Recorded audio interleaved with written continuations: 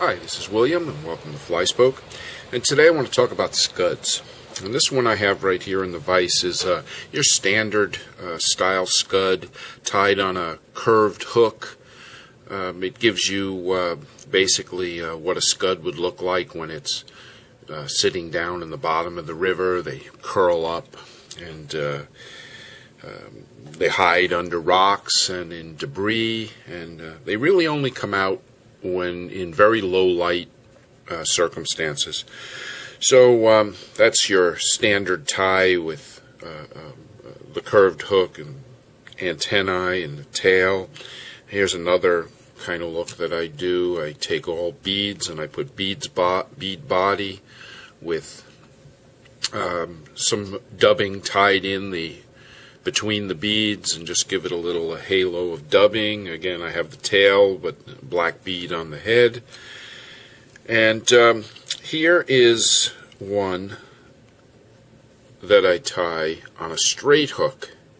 And what I do is I use your standard Mustad 3906B. That's the longer shank nymph hook.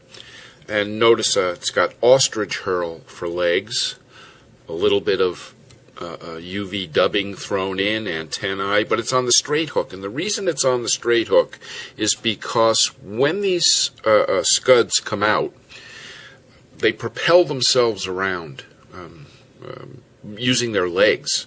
They have no tail. They're not like a shrimp.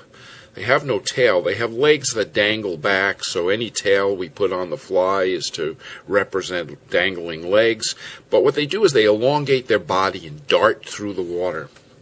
So not only should you have curved hooks on Scuds, but you should really also use some straight hooks. And that's what we're going to create today. We're going to create a Scud, basically utilizing this Mustad 3906B. This is a size 14, and here we go. So I'm going to use some white Giorgio Bonecci. This is 70 denier thread, and I'm going to start right at the eye. And the first thing I'm going to do is I'm going to make a tiny little ball of thread at the eye of the hook, and then come back slightly. Now, the reason for that little ball is because the next item we're going to tie in is going to be some white kid goat. And I'm going to tie in some antennae with white kid goat. Okay, the first thing that you want to do is you want to pick out any of these curled pieces or short pieces. Also, kid goat can have damage to the tips. There's a few fairly poor quality, so you just keep picking out, removing any fuzz, and what will happen is that you'll get down to a much smaller amount that is suitable.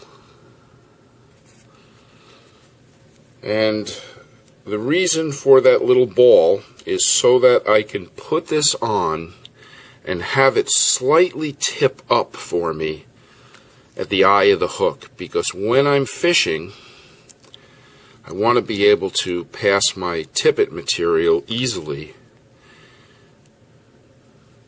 into the eye of the hook.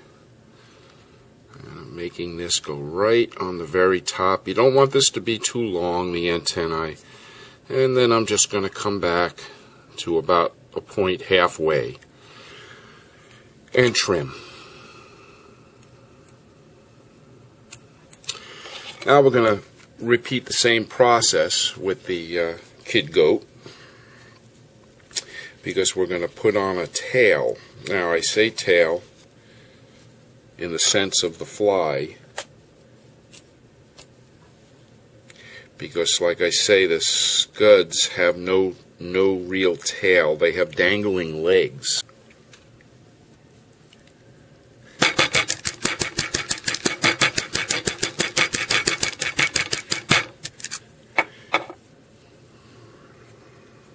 Okay, taking that kid goat again and really inspecting it. I wear an opti visor when I'm tying flies, because it really helps in looking at the fine details. Now this tail that we're going to put in, we want it to be fairly short. So I'm going to hold it so that I know it's going to be short. And basically, I'm going to come off the end of there, and I'm going to place this right down into the space so that I can come back and I can just uniform the body. And now what I want to do is I want to go right slightly, ever so slightly, around the curve of the hook to get that tail pointing down, just slightly.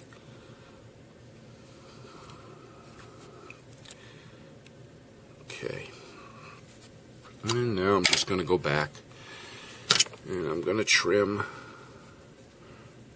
right where the antennae left off.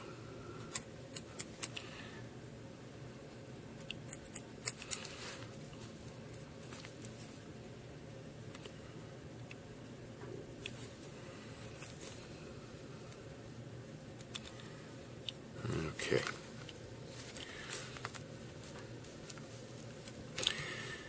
Alright. Next item is I buy this very inexpensive tippet material. You can save old tippet. You can. This is a 5X simple Cortland tippet.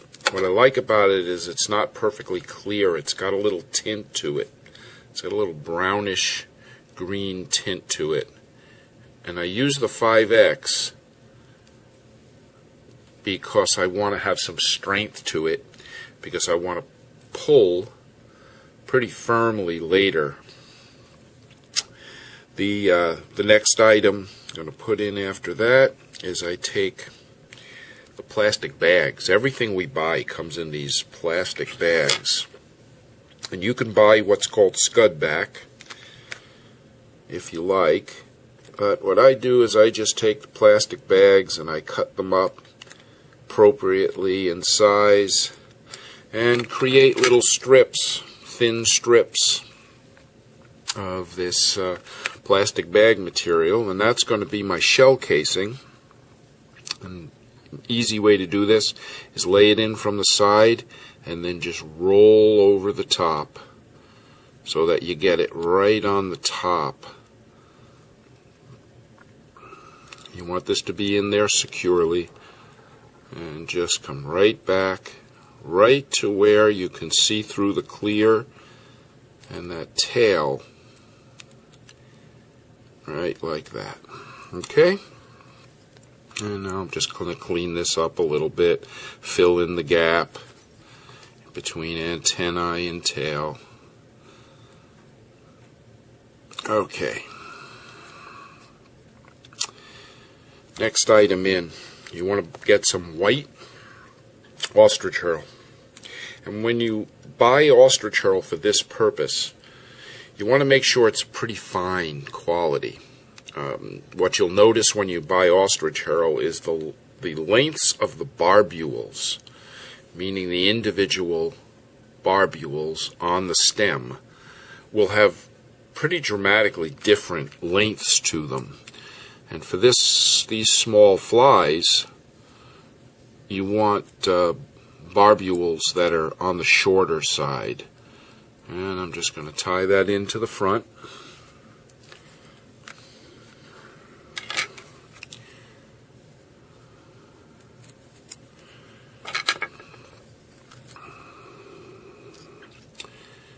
We'll go back. Okay. Next item is ice dub. It's from Hairline Dubbin Incorporated, and it's ice dub UV pearl. And I'm not going to take a lot of that material, just a small quantity of that material. But what I am going to do is I'm going to take it and I'm going to break it up so that it is little bit shorter than the way it comes. But I really like the way the UV glistens. And I'm just going to put on a single thread strand of the UV pearl. This is basically giving you the fullness of the body. At the same time, we're going to make it so that that's going to be seen.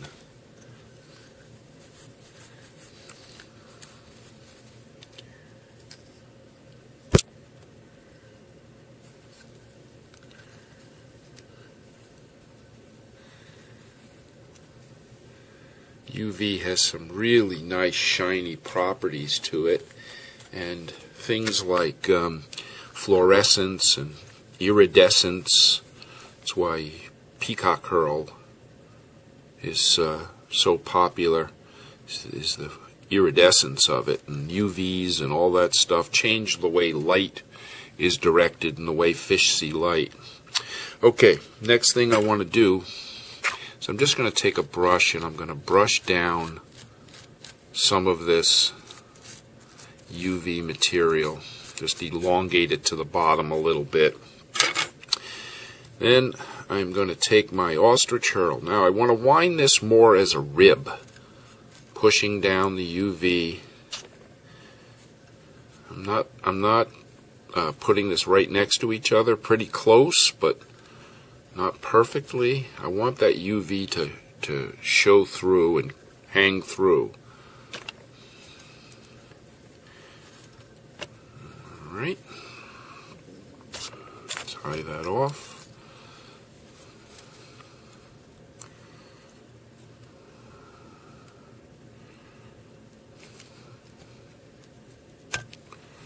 Okay. Now take your ostrich herl and push it down, separate it on the top, pull it down. And you'll notice that also the UV is pulling down, coming down through.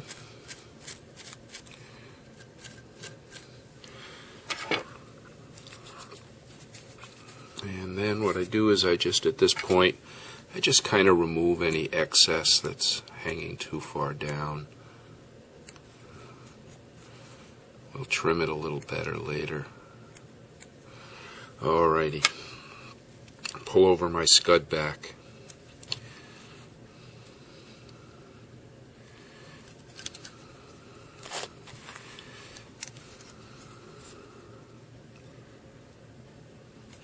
Now, important with the scud back, with the shell, is that you bend it back and catch it again. And that way it's not going to pull out.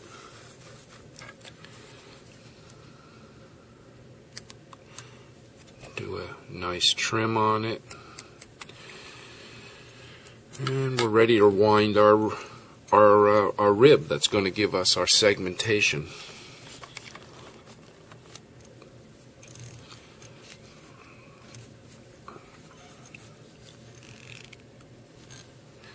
Each time I come around to my side, I need to make sure that I'm pushing any of the ostrich herl that wants to wrap around, that I'm pushing it away and down.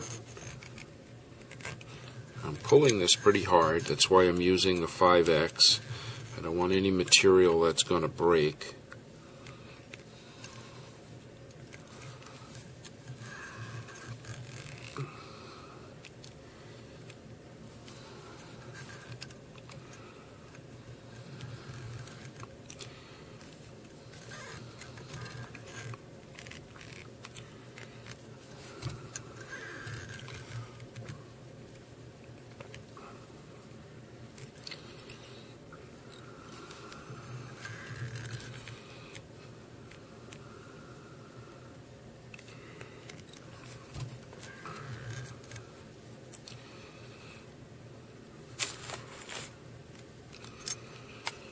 Okay.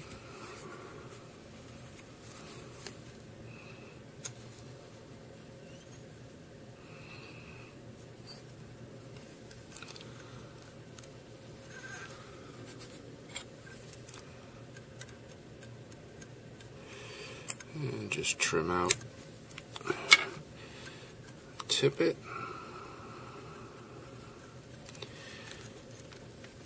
And we'll throw a couple of half inches over as a whip finish.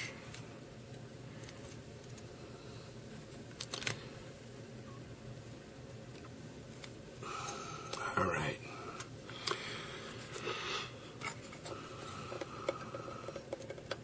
Okay. Now, all you need to do for this to secure everything is to just take a little touch of your head cement, and all you have to do is put a little touch right there on the top. And you can just set that in, and that's going to hold well. Just look at the overall fly. There's going to be extra hairs, long hairs hanging down. I don't think the fish really would care, but just from the aesthetic value of building the fly, you can take off the things that you don't like. And there you have it. You have a straight swimming, darting scud. Make these in, you can create these flies. You can make them in tan color, brown color, olive color, white color. But the white color, brown trout, they love it. There it is.